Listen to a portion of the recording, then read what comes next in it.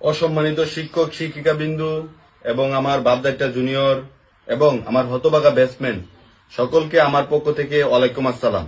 উপস্থিত সবাইকে ধন্যবাদ না জানিয়ে আমার এই আজকের ঐতিহাসিক বক্তব্য শুরু করছি, কেননা ধন্যবাদ দিলে সবাই মনে করবে আমি সিরিয়াস। হুট করে 10টা বছর চলে গেল, এই 10টা বছর মন দিতে পারিনি লেখাপড়ায়, মন দিয়েছি কুদ্দুসের মেয়েকে।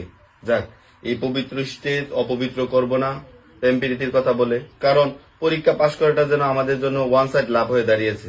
আমরা 2025-20 শুধু আমরা পরীক্ষা দিচ্ছি না, পরীক্ষা উল্টা আমাদেরকে দিচ্ছে। এই দীর্ঘ 10 বছর শিক্ষক শিক্ষিকারা আমাদের উপর অনেক অত্যাচার করেছে, জুলুম করেছে। এই মহান দায়িত্বগুলো আমরা এখন আমাদের জুনিয়রদের হাতে তুলে দিতে চাই। তোমরা নিবে না? আমার জুনিয়র ভাই বোনেরা, তোমরা সবাই জানো যে আমাদের স্কুলে স্যার ম্যামরা কিপটা, আমাদেরকে পরীক্ষার খাতায় ছোট ছোট ডিম দিত।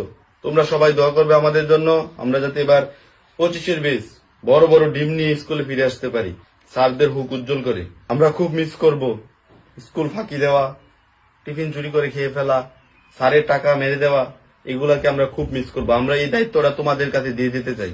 আর হ্যাঁ, বাপদাইটা জুনিয়র, আমি তোমাদেরকে বলছি, আমরা কিন্তু শুধু ছাত্র ছিলাম এরকম না, আমরা কিন্তু গবেষকও ছিলাম।